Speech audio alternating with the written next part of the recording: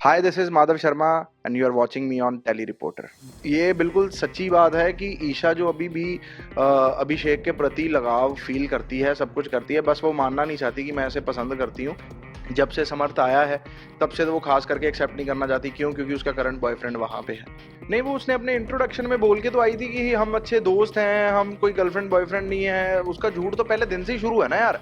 मेरे हिसाब से क्या पता तीसरे को भी कमिटमेंट दी हो। कोई बड़ी बात नहीं है कि वो भी शो देख रहा होगा ना। मैं तो अपनी रीलों पे सबसे पहले यही बात बोली है, अगर सबको लग रहा है कि ये गर्लफ्रेंड बॉयफ्रेंड नहीं है तो जाके अभिषा ब्लॉग्स देखो। देखो जी, वार्निंग उसको उसके बोलने और बदतमीजी पे वार्निंग मिली है।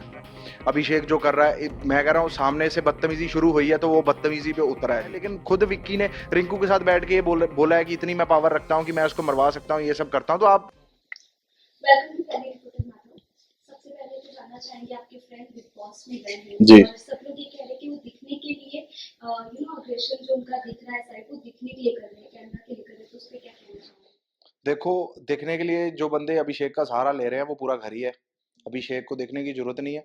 एंड इतना वो बंदा कर रहा है शो के लिए, हंस रहा है, रो रहा है, तड़प रहा है, वो सब कुछ वो शो के लिए ही कर रहा है ना।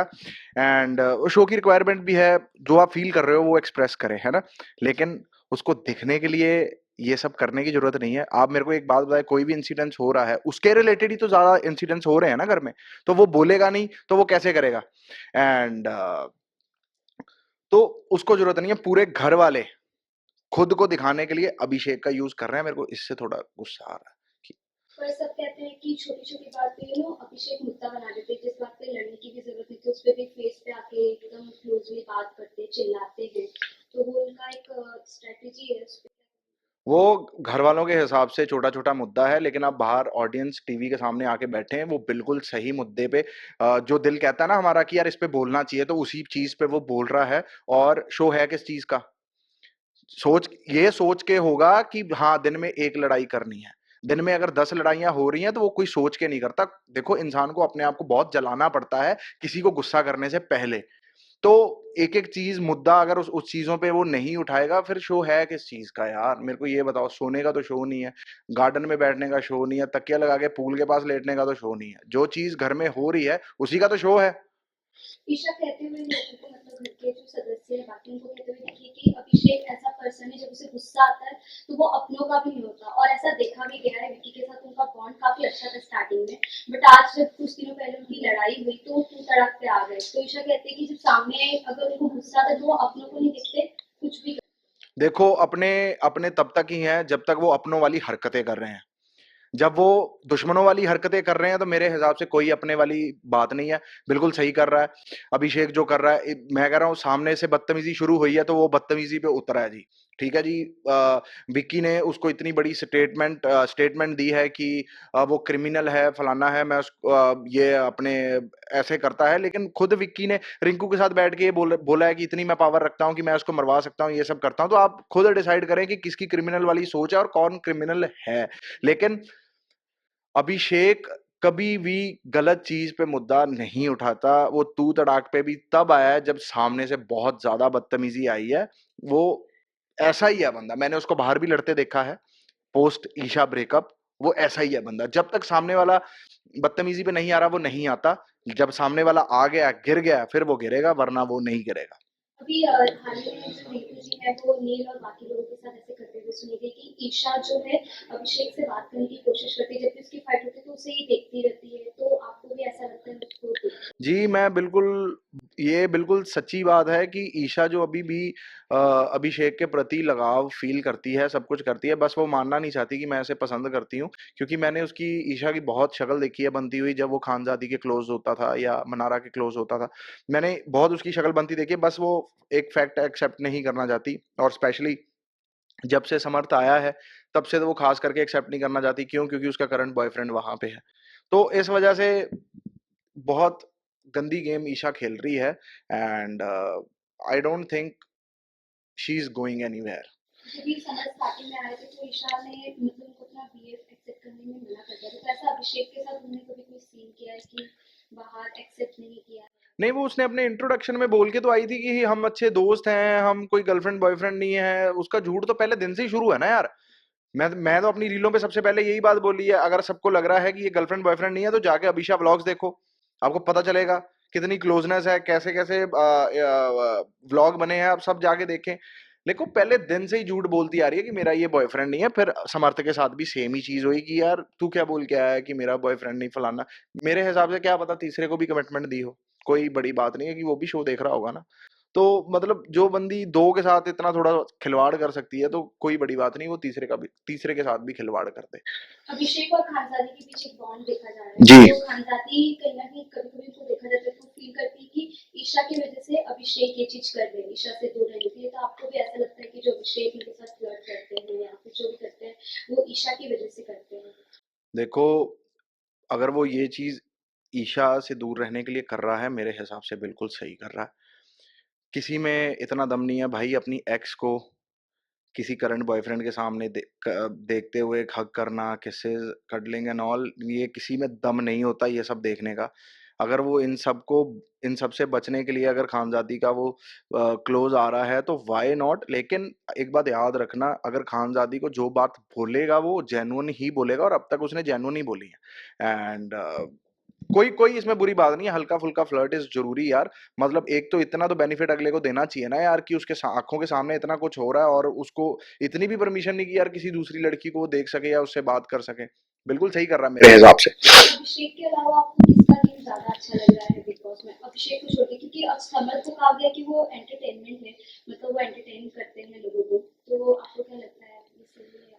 देखो अगर गेम की बात करूं, जो अब गंदी गेम जो उतर आई है वो विकी भाई की उतर आई है।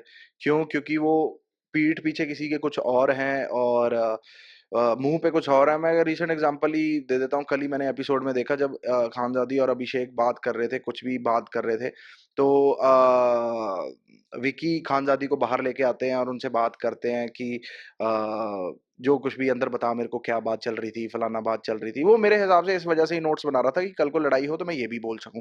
ये बहुत गलत गेम, ये गेम मर्दों वाली गेम नहीं है यार। ऐसे ये जेन्युइन गेम नहीं है, इसको हम बोल सकते।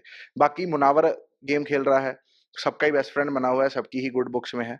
बाकी मेरे को और किसी की गेम इतनी नजर नहीं आती, बस वो हिस्सा है घर के जो कि टर्न बाय टर्न सबका नंबर लगेगा और घर से बाहर जाते जाएंगे। आपने कहा मुनावर की गेम आपको अच्छी लग रही है, तो मुनावर को देखा जा रहा है कि मनारा और अंकिता के बीच काफी वो फंस जाते हैं मैं friendship वही मैं हाँ जी, मैं वही बोलने की आपको एग्जांपल देता हूँ कि जब मनारा और अभिषेक की लड़ाई हुई, वो अभिषेक का भी बेस्ट फ्रेंड था, मनारा का भी बेस्ट फ्रेंड था। अभिषेक ने तो वहां पे बोल दिया कि तू मेरा स्टैंड नहीं लेता, उधर से मनारा ने बोल दिया कि तू मेरा स्टैंड नहीं लेता। उसने बेस्ट फ्रेंड ही इतने बना रखे हैं, वो किस किस का स्टैंड ले।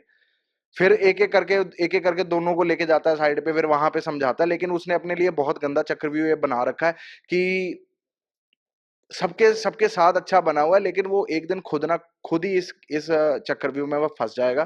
क्योंकि ऐसे नहीं होता, जो सबका दोस्त होता है वो सबका दोस्त नहीं होता, एक बात याद रखना।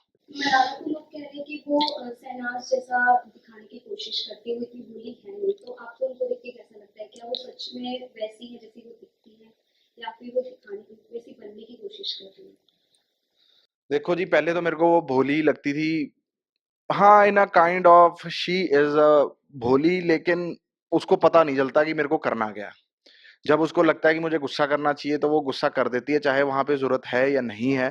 लेकिन वो एक्चुअली वो गेम को समझ ही नहीं पा रही, उसके ऊपर से जा रही हैं सारी चीजें, वो पता नहीं कैसे सरवाइव कर रही है। लेकिन उसका बहुत मुश्किल उसको हो रही है। लेकिन शहनाज गिल कहीं और थी और ये कहीं और है, मतलब दूर दूर तक कोई कंपैरिजन नहीं। ठीक है, बात करें तहलका जो अभी घर से निकल गए, उनको निकाला गया है उनके गुस्से की वजह से।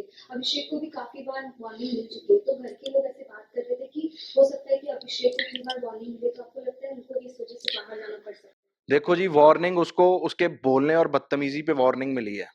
हाथ चलाकी या हाथ दिखाने पे उसको वार्निंग नहीं मिली। इस गेम का रूल है हाथ नहीं चलाना, मुंह चलाना, मुंह बंद करके रखना, ये कहीं का रूल नहीं है। वो तो वार्निंग कब तो मिलती रहेगी, वो कोई मसला नहीं है। क्योंकि दुनिया ऐसी-सी भी मैंने देखी है, अभी शो पे बहुत गालियाँ दी हैं, वो भी शो में एंड तक रहे हैं।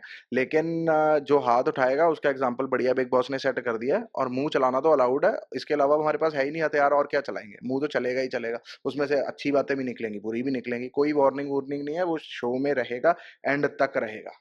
अभिषेक ने विक्की को एज के लिए बार-बार बोल रहे थे, तो अंकिता बोली कि वो बॉडी शेमिंग कर रही है, तो उसको लेके क्या कहना चाहोगे? ये सही किया अभिषेक ने? बिल्कुल सही करा यार, अगर सामने वाला बंदा उसको क्रिमिनल बोल सकता है, तो वो ये तो फिर 40 साल ही करा, है ना? म मेरे हिसाब से अगर सामने वाला वर्स्ट पे उतरा है ना, तो और वर्स्ट पे उतर जाओ, कोई दिक्कत वाली बात नहीं है यार। मतलब बिल्कुल सही कर रहा है, क्रिमिनल खुद बोल रहा है और फिर रिंकू जी के साथ बैठ के वो बातें करता है कि मैं इतनी पावर रखता हूँ कि मैं उसको मरवा सकता हूँ। तो ये क्रिमिनल वाली सोच आप खुद डिसाइड करें कि कौन क्रिमिनल है और कौन क्रिमिनल जैसी सोच रखता है। There is a big difference. So yeah top 5 में आप किसको देखते हैं? अभी तक आपने जितना भी गेम देखा है, अभिषेक को तो आप देख ही रहे हो। इसके अलावा 4 में आप किसको देखते हैं? अभिषेक को देखूँगा, विक्की को देखूँगा, मुनावर को देखूँगा, अंकिता को देखूँगा, नील को देखूँगा। ओके, नील की आपने बात की टॉप 5 में उसको देखेंगे, तो बाकी लोग कह रहे हैं कि नील काफ़ी शांत रहते हैं, तो उनका गेम काफ़ी बोरिंग लग रहा है लोगों को। तो आपको कैसा लगता है उनको देख के? बोरिंग तो लग तो रहा है लेकिन वो है शांत किस्म का बंदा। जब उसका दिल करता है वो तब ही करता है। मैं उसका पता है उसको मैंने टॉप 5 में क्यों डाला है? मैंने इस वज़ह से उसको टॉप 5 में डाला है क्योंकि रुबीना दिलेक का भी जो हस्बैंड था, वो भी इतना ही शांत रहता था। वो भी इतना ही शांत चाहिए था, सही मुद्दों पे स्टैंड लेना, फिर बोलना, फिर उस पे ये करना। इस वज़ह से मेरे को लग रहा है कि वो चुप-चुप होके भी बहुत आगे तक पहुँच सकता है। जी। ओके, लास्टली अभिषेक के फैन्स के लिए कोई मैसेज देना चाहें? फैन्स के लिए यही मैसेज है कि अभी फ़िलहाल वो वोट आउट हो चुका है। प्लीज़ उसको वोट करें, उसका इंस्टाग्राम, उसका ट्विटर फ़ॉलो करें। वहाँ पे हम हर एपिसोड के बाद स्पेस करते हैं, वहाँ पे आएँ और बात करें हमसे क्योंकि हम बहुत बातें वहाँ करते हैं एंड सही रिव्यूज़ भी वहीं से मिलते हैं। बस आप लोग हैं तो हम लोग हैं।